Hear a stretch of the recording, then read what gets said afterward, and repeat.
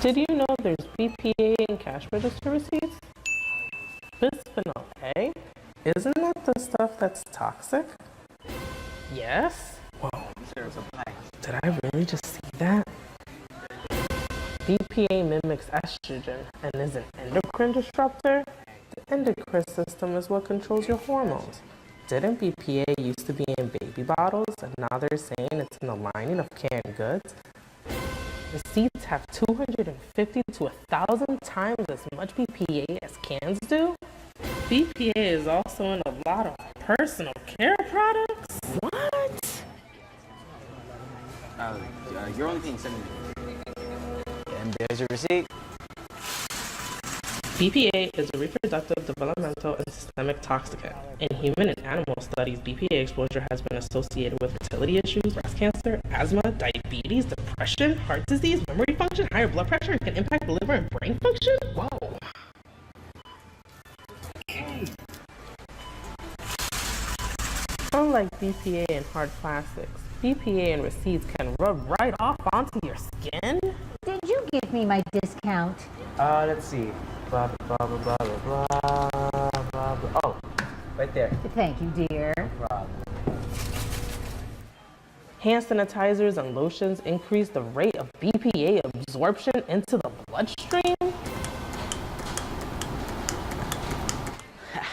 Gotta stay clean. So how we doing today? Not sure.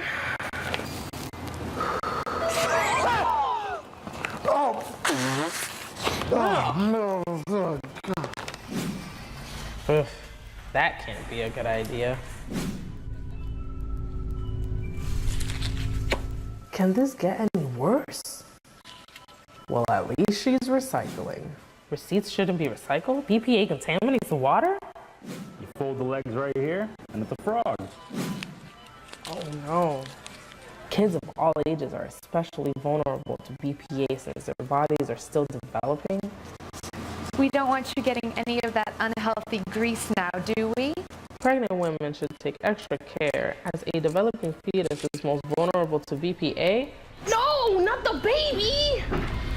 But of everyone here, he's gotta be exposed the most. All right, all done. Would you like your receipt printed? Or we can just email it to you. Yes, I'll take the e-receipt and add these two for you. Thanks. Ask your local stores to go paperless.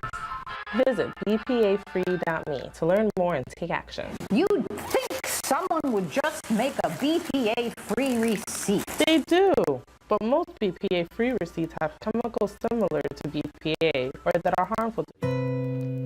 When I was 16, I dropped out of school and I always wanted to finish. I'm 24 now. I just ended a 5-year relationship. While I was there, I decided that it was very unhealthy. I have 2 daughters and I was putting them at risk. I decided to leave that relationship and start back at Youth Build Just to Start. In addition to Just to Start Youth Build, Just to Start is a multi-service community development corporation offering affordable housing resources and education and training for local low to moderate income community members. Just to Start combats economic insecurity by providing resources that allow individuals and families to build housing and financial stability. I applied and I began in November. In January, I hit some bumps in the road and I became homeless with my children. The Just to Start counselors there helped me, along with the director of the housing with Just to Start, helped me find connections to get into a transitional living program local to my school. I was able to finish school and I got my HISA in May. The transitional specialist there helped me find a career to jumpstart my social work career, and now I am an assistant teacher and I'm in school for social work.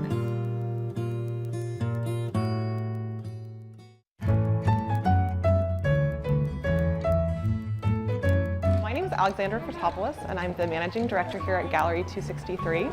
Gallery 263 is a nonprofit interdisciplinary art space, is what we call ourselves. We have a lot of different kind of programming in both visual arts, music, performance, and we really try to serve emerging artists in the sort of Boston area, as well as providing connections to our community and letting them get involved in that sort of artistic process. What's happening here today is a portrait workshop. It's inspired by our current exhibition, which is called Mothering. And we noticed that there are a lot of really powerful examples of portraiture in this show. And we really wanted to find a connection between sort of our younger members in our community and the very sort of high-level fine art that's in the space. So to try to bring these kind of two parts of our mission together, we're having a portrait drawing workshop that's mostly designed for children and families. Well, we love just the kind of openness of being able to come when we want to and meet other people and just sort of be creative. And it's free, it's in my neighborhood, it's at night, which is kind of fun to come afterward. Yeah, it's nice to have a little bit of direction for an activity, because we like to do art stuff at home, but it's nice to like actually go somewhere and just not have anything else going on and just being art being all that we're working on. Trying to do it at home feels like a little bit more of a distraction. I really enjoy working here because I think it really provides this sort of bridge between the families and neighbors in our community and the sort of the fine art world in Boston. Sometimes the sort of art world feels like it's closed off from the rest of the community. It's sort of, people have this idea that art is this sort of elite, specialized thing. Not everyone feels comfortable going into a gallery or to a museum. And we're really trying to change that. We're trying to sort of show to our community that art is for everyone. So we live in the neighborhood, and one of our friends who Autumn used to go to school with mentioned this event, and she used to, and she goes to Tala, where I think some of the kids who came earlier are from, and so it'd be nice if we went to see friends again, and we're here with her younger brother, and we wanted to draw together and have fun. First time we didn't really know what to expect, so we were just having to be able to do art in a studio. It feels like sometimes kids aren't really welcome in studios, so the fact this studio was welcoming to kids was kind of cool. I haven't seen that before. So I guess just like having her in a studio space or a gallery space rather, and seeing what that was like was pretty fun. I actually grew up in Cambridge, so I've seen it change a lot over the years, and I think that the thing that's really kept me here and has made me, want to sort of pursue my work here as well as having my home here is just the incredible diversity of our community. We have families from all over the world bringing all of their experiences here and kind of living together in this. It's such a small community, Cambridge, but it really has so many resources in terms of the people who live here and the kind of the stories that they bring and the kind of ways that they shape our community is really exciting.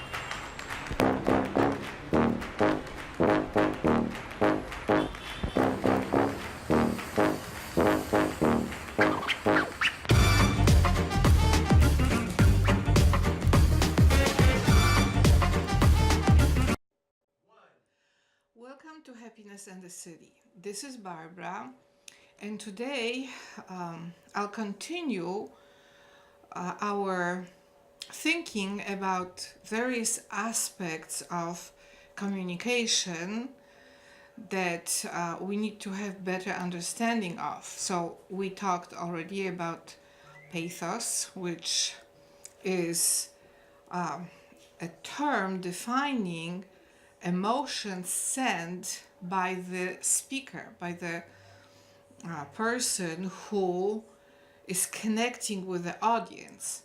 Today, let's focus on the aspect of rhetorics called ethos. Ethos is a concept that refers to the relationship of the audience to the speaker.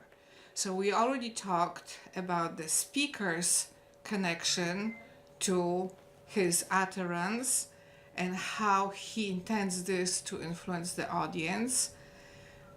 And today we'll talk about ethos, which is what the audience wants to get from the speaker and how it relates to the speaker.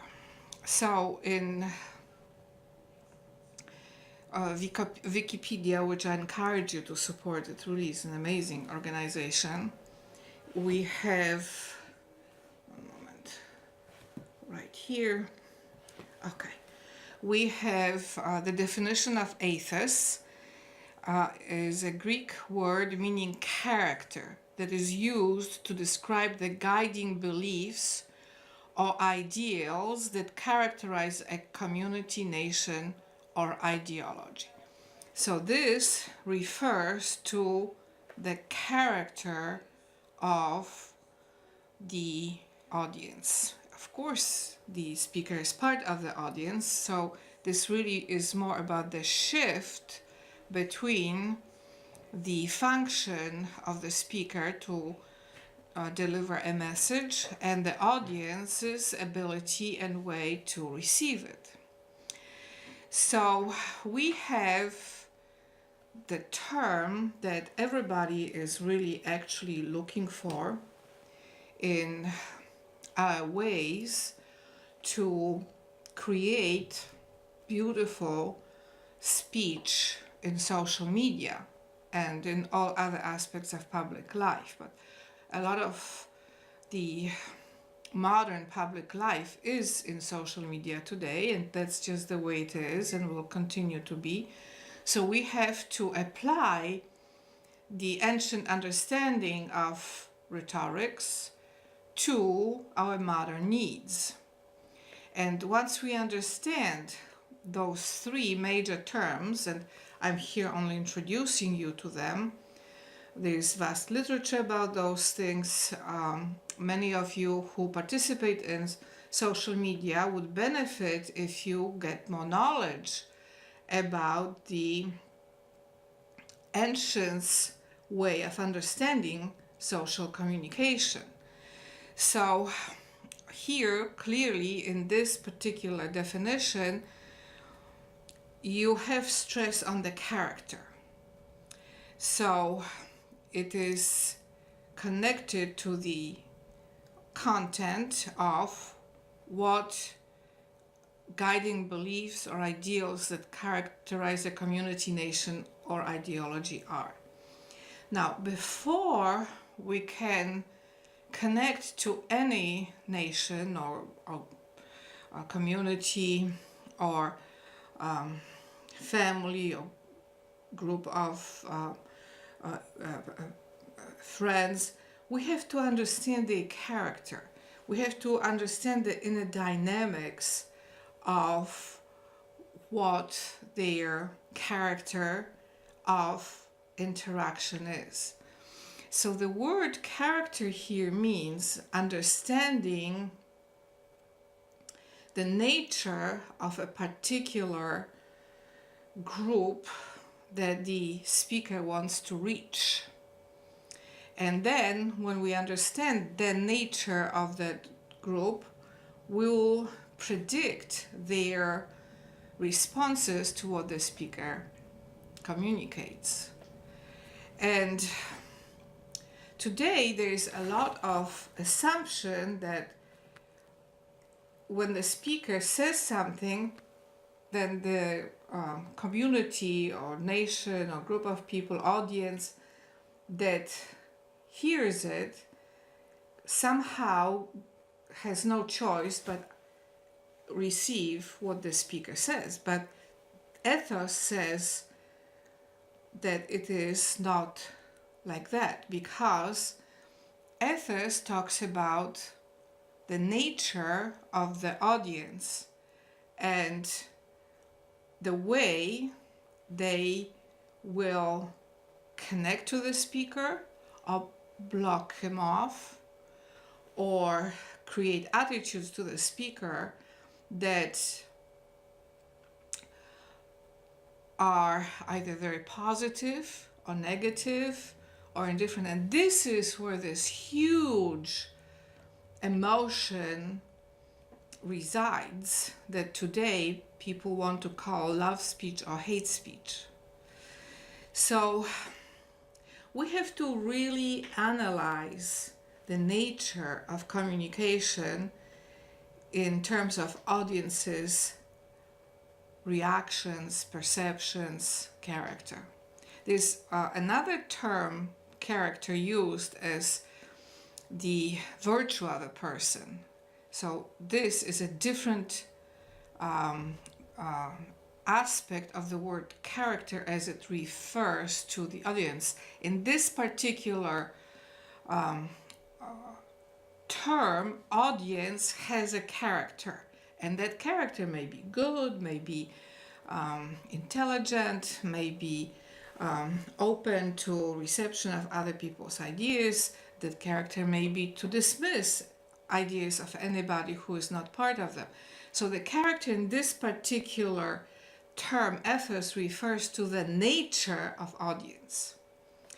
If we want to create peace in the world around social media communication, we have to understand the nature of the audience and then to create rhetorical connections that would bring that audience to receive the communication that we want to convey.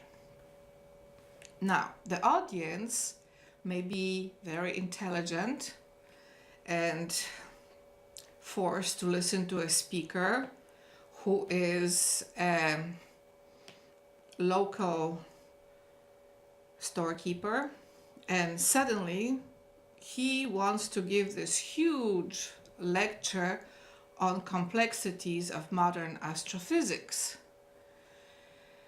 So obviously the audience would look at that speaker with